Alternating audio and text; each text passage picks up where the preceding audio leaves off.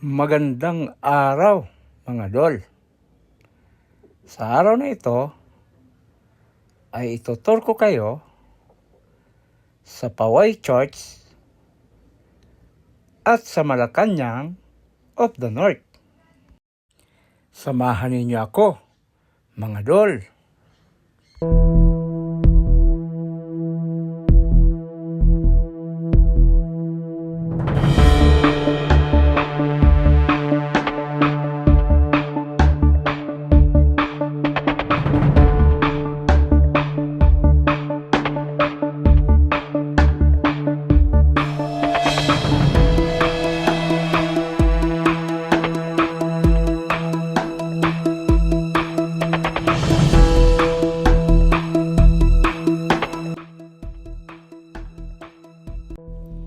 Ito ang San Agustin Church or tinawag sa Poway Church.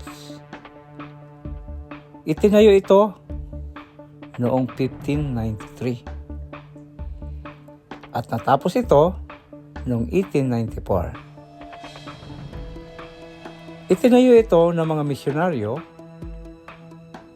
ng Agustinian Missionaries noong 1593.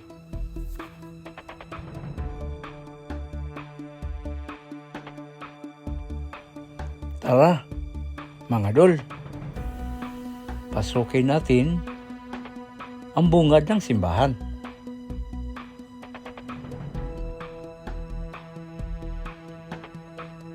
Ito ang kanyang loob.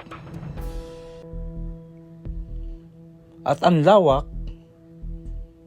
ng kanyang paligid. At may nakasulat dito, basahin ninyo lang mga dul. At ang simbahan na ito ay gawa sa bato. Mukhang matibay.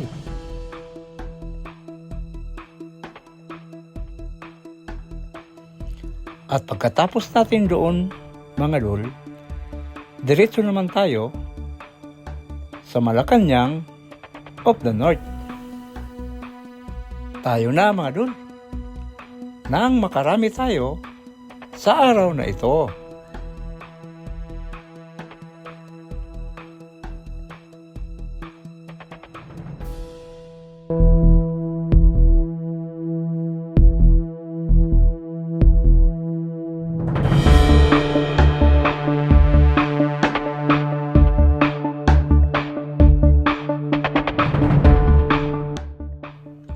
At nakarating na tayo sa Malacanang of the North.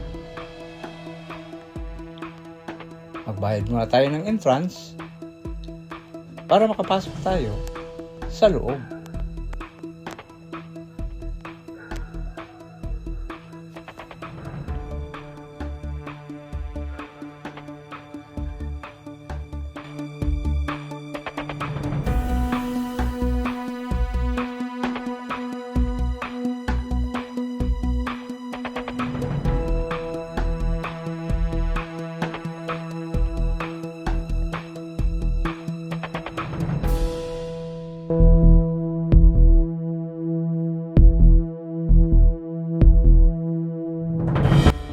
At nakarating na tayo sa bahay ng ating Pangulong Ferdinand Marcos.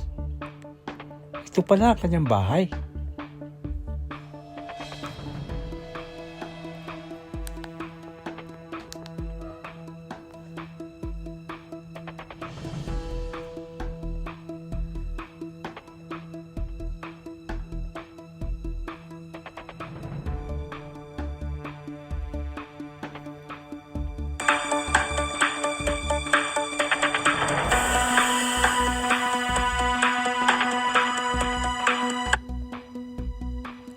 Ang bahay na ito ay itinayo noong 1977 sa ika-60 kaarawan ng ating Pangulong Ferdinand Marcos.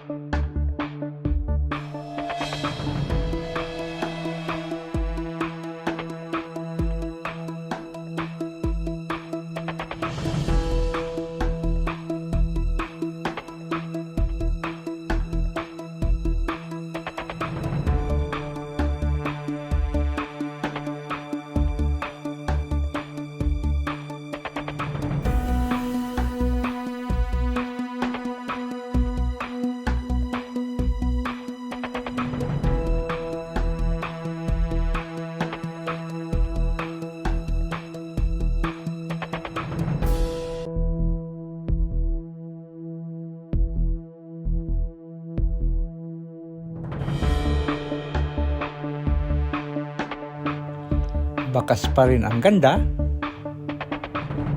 ng mga kagamitan sa loob, tulad ng mga gandang lamisa at upuan. At may mga pictures pa ng pamilyang Marcos. At ang hagdan na ito ay siyang nagpapatunay na hanggang ngayon ay nabuhay na buhay pa ang ating kasaysayan. Ang ganda.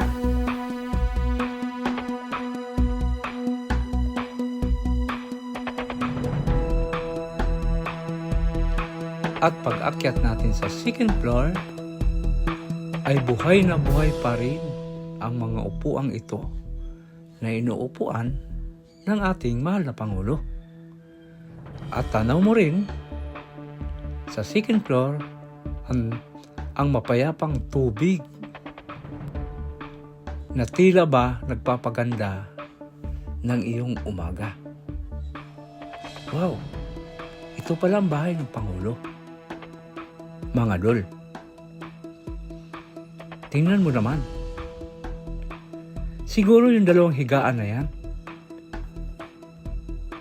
diyan kaya natutulog ang ating Pangulong Marcos. So mga Dol, ako muli ay nagpapasalamat na naman sa inyo sa inyong panunood ng ating video. Hanggang sa muli, mga Dol, sa susunod nating mga vlog ay abangan nyo. Salamat po sa inyo sa inyong panunood.